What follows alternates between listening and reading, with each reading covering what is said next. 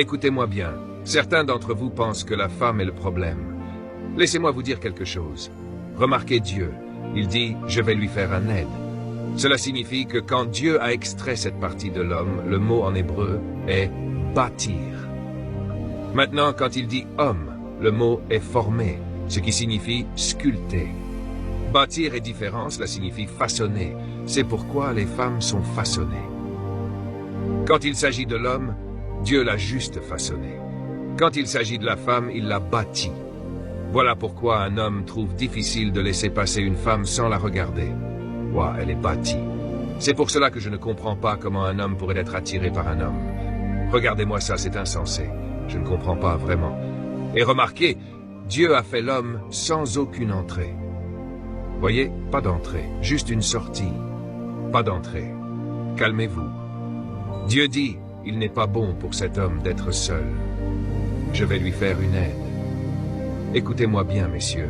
Cela signifie que lorsque Dieu a bâti la femme, écoutez bien, il a mis en elle toute l'intelligence, l'intuition, les compétences, la planification, la sagesse, les idées, toutes sortes de suggestions merveilleuses, tout cet équipement, tout ce qu'elle possède, c'est pour vous, imbéciles.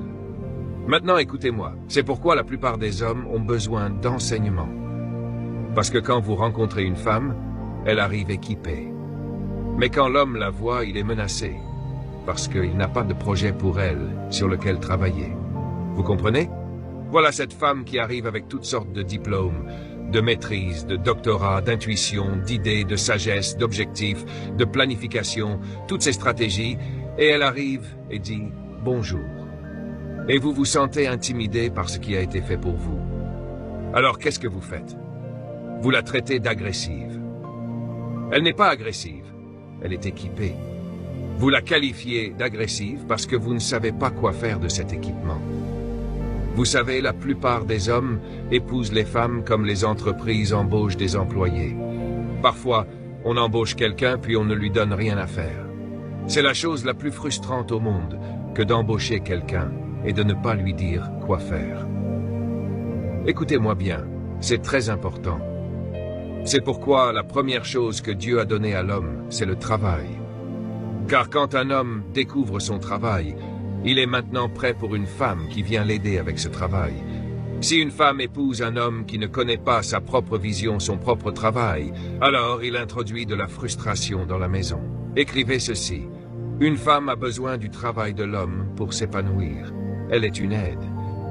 Rappelez-vous, il y a environ 15 ans, j'enseignais ce principe à un groupe de personnes en Malaisie. Et après avoir terminé, en discutant avec certains des hommes, le Seigneur m'a montré quelque chose. Il a dit, regarde, un aide. Suivez bien maintenant.